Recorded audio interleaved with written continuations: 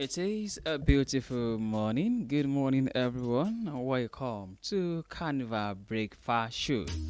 Coming to you from Carnival Radio, and this is Newspaper Review. I am Joseph Oyikola. Good morning, and welcome once again. On Newspaper Review this morning, I came with different newspapers, and each of them with different interesting stories. I have Punch with me, I have Vanguard, I have Daily Post newspaper, and I have Punch newspaper. But to begin the news this morning, here are headlines.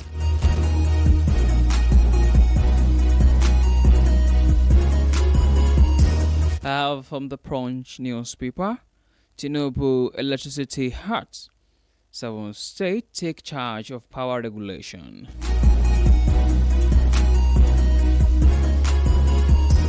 From the Punch newspaper also, Tinubu pledges balanced infrastructure development. Reading from the Vanguard newspaper, petrol hit 955 naira per litre as marketers NLPCL raise prices. Alleged $7.2 billion fraud. EFCC arrests former NNPCL top official.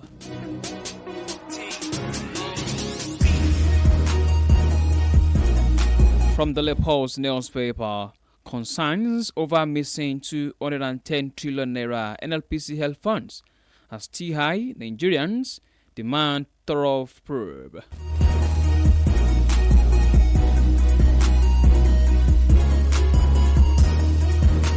Down to the news and details. Power sector operators and experts have raised concerns, expressed fears, and projected opportunities as some states assumed responsibilities for regulating electricity markets within their various domains. This follows the recent revelation by the Nigerian Electricity Regulatory Commission that 7 states now control their electricity market in accordance with the Electricity Act 2023. The states are Enugu, Ondo, Ekiti, Imo, Oyo State, Edo State, and Kogi, and other states, including Lagos, Ogun, Niger, and Plateau. They are expected to complete their transitions between June and September. Anambra, having recently passed its electricity law, is also gearing up to join the list. Also, before President Bola Tinubu signed the new Electricity Act in 2023, the federal government through the Nigerian Electricity Regulatory Commission, the only agency regulating electricity in Nigeria. However, the decentralization of the sector by the Act has now given states the authority to control and regulate electricity within their domains, granting them the freedom to generate, transmit, and distribute power. This marks a historic shift in Nigerians' electricity governance from a centrally regulated structure to one where states are empowered to generate, transmit, distribute, and regulate electricity within their borders and wholly submit to national oversight by the NEC. This news was sourced from the Punch newspaper. Tinubu's Electricity Act. 7 states take charge of power regulation.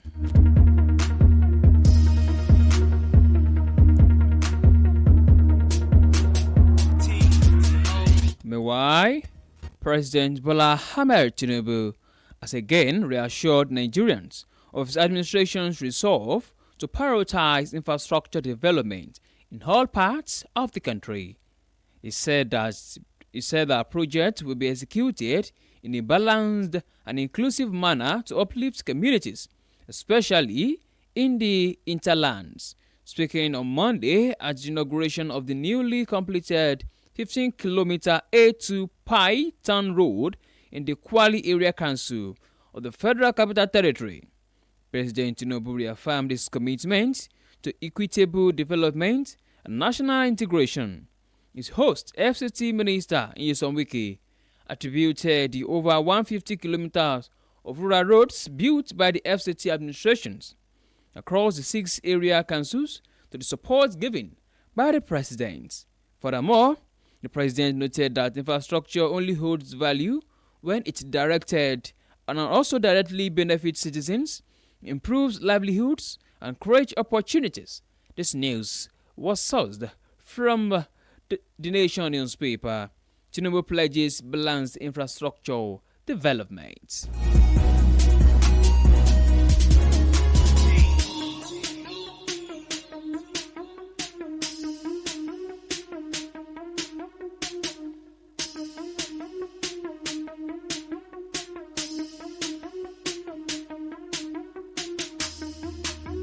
In the meantime, the Oni of Ife, Oba Adeyeye Ogunwusi, has pledged his support for the National Measles Rubella Vaccination Campaign. Newsmen report that the federal government will launch a nationwide Measles Rubella Vaccination Campaign in October. Ogunwusi, who pledged while briefing newsmen in Abuja, also called for mass mobilization for the exercise. He said that the campaign will be anchored by the National Primary Health Care Development Agency along with other health stakeholders. It is an exercise that every Nigerian must support and key into. Also, he called on Nigerians to take collective action to further encourage the health sector to continue to provide for its people vaccine for preventable diseases. The traditional rulers also called on his colleagues, religious leaders, and community influencers to rally their support for this vaccination exercise and also pass the message to their subjects in their various communities. This news was sourced from Vanguard newspaper. Ooni of Ife endorses nationwide measles rubella vaccinations campaign.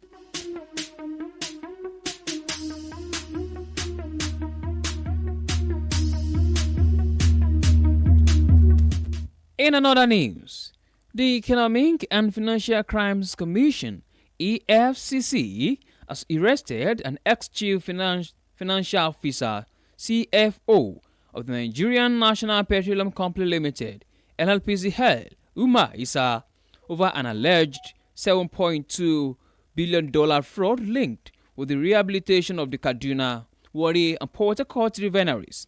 The anti-graft agency also apprehended one Jimoh Olasukami, a former managing director of Warri Refinery. To be recalled that Issa, as CFO, spearheaded the release of funds for the turnaround maintenance of the 3 refineries.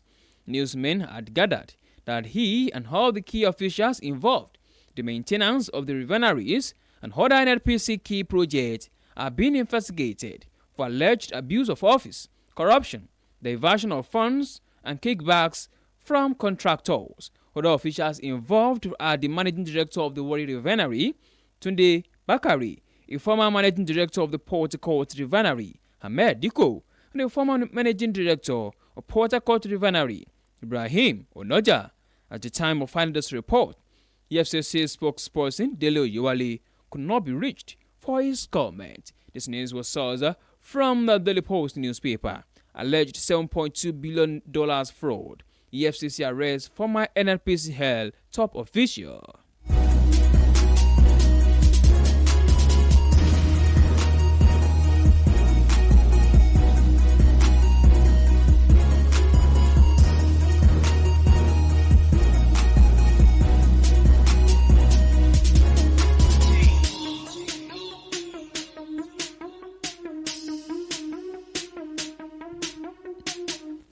On to the last news on newspaper review this morning. Again, the financial transparency of Nigerian National Petroleum Company Limited is under public scrutiny over missing 210 trillion naira in a 2017-2023 audited financial statement. On Wednesday last week, at section of the Senate Committee on Public Account chaired by Aliyu Wadada, the Nigerian public was exposed to the missing 210 trillion naira on NNPCL's audited statement. Wadada did not mince words when he and his committee issued a one-week ultimatum to NNPCL to account for the missing 210 trillion naira. The committee, chaired by Wadada, vowed last week to pursue the matter to the full extent of its oversight power. However, concerns have been raised that the investigation of the 210 trillion naira missing funds would vanish into thin air like other probes in the past. This news was sourced from the Nation newspaper. Concerns over missing 210 trillion LPC health funds are still high. Nigerians demand thorough probe.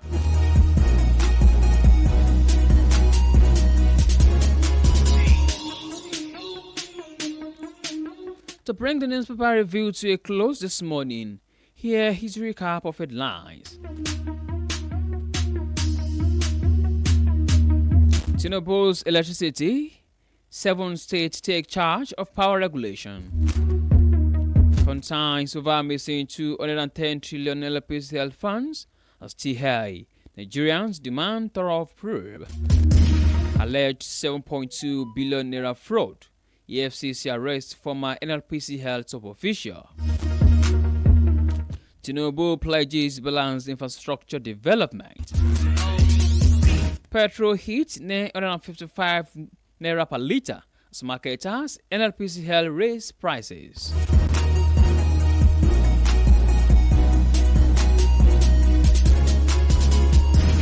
And with that, we've come to the end of Newspaper Review. Thank you very much for listening. You can download our mobile app from Google Play Store and App iOS. You can also check out our website at www.carnivalmedia.ng. My name remains Joseph Oyokola. Good morning, and please do well to enjoy the rest of your day.